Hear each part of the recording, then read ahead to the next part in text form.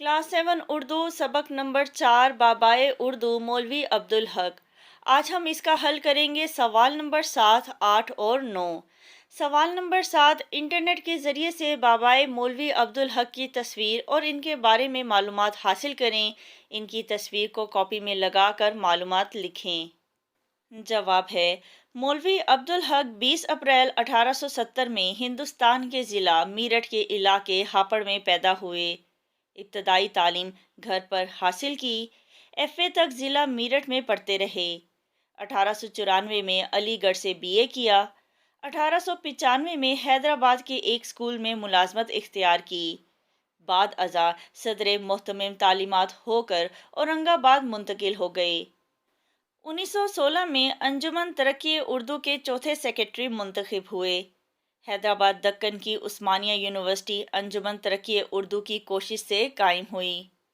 1935 में जामिया उस्मानिया के एक तालिबे इल्म ने इन्हें बाबाए उर्दू का खिताब दिया। मौलवी अब्दुल हक औरंगाबाद से दिल्ली मुंतकिल हो गए और अंजुमन तरक्की उर्दू का दफ्तर भी दिल्ली मुंतकिल कर लिया। क़याम पाकिस्तान के बाद मौलवी अब्दुल हक पाकिस्तान आ गए और कराची में अंजुमन तरक्की उर्दू का दफ्तर कायम किया। अंजुमन तरक्की उर्दू के दफ्तर में ही उर्दू कॉलेज की बुनियाद रखी। मौलवी अब्दुल हक की वफ़ात के बाद उर्दू कॉलेज को वफाकी उर्दू यूनिवर्सिटी का दर्जा हासिल हो गया, जिसका एक कैंपस इस्लामाबाद में कायम है। मौलवी अब्दुल हक ने बहुत सी किताबें भी लिखीं। आपकी खिदमात के एतराफ़ में हुकूमत पाकिस्तान ने 23 मार्च 1959 को सदारती एजाज़ बराए हुस्न कारकर्दगी अता किया। 16 अगस्त 1961 को आप खालिक हकीकी से जा मिले। आपका मज़ार वफाकी यूनिवर्सिटी कराची के अब्दुल हक कैंपस के अहाते में है। सवाल नंबर 8, मौलवी अब्दुल हक की ज़िंदगी और इनकी उर्दू के लिए खिदमात के हवाले से हर तालिब इल्म 5-5 सवालात तैयार करे। तमाम सवालात यकजा करके उस्ताद साहब को दिखाएं और उन सवालात की जांच पड़ताल करें और हतमी सवालात की मदद से क्विज़ मुकाबले का एहतमाम करें।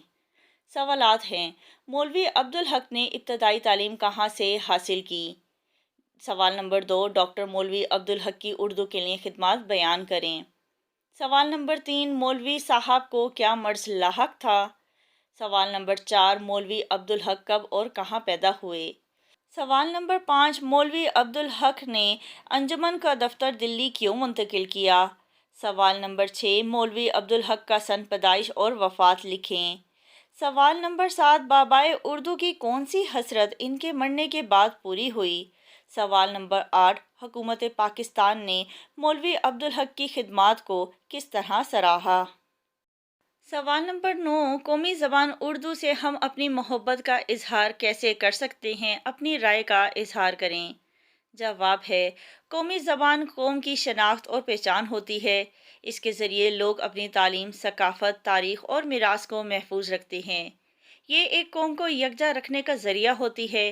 कौमी ज़बान को मुल्क की दूसरी ज़बानों पर फ़ोकियत हासिल होती है। एक मुल्क जहाँ बहुत सारी इलाकाई ज़बानें बोली जाती हैं, वहाँ कौमी ज़बान लोगों को मुत्तहद रखती है और लोगों के दरमियान इबलाग का ज़रिया बनती है।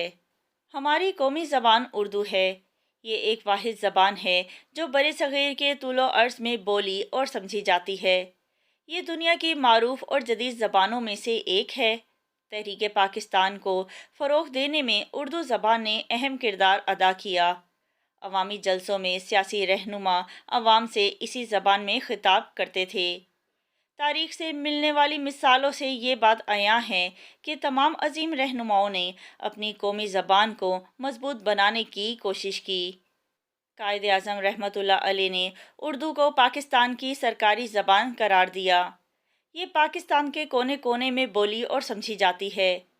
उर्दू को कौमी ज़बान की हैसियत से तालीमी इदारों में इब्तदाई जमातों से लेकर आला दर्जे तक एक मज़मून की हैसियत से रखा गया है। हर दौर में उर्दू ज़बान में बहुत सी नज़में, कहानियाँ और मज़ामीन लिखे गए, जिससे उर्दू का वक़ार हमेशा बुलंद हुआ। हम अपनी ज़बान को ज़्यादा से ज़्यादा फ़रोग़ देकर इससे मोहब्बत का इजहार कर सकते हैं।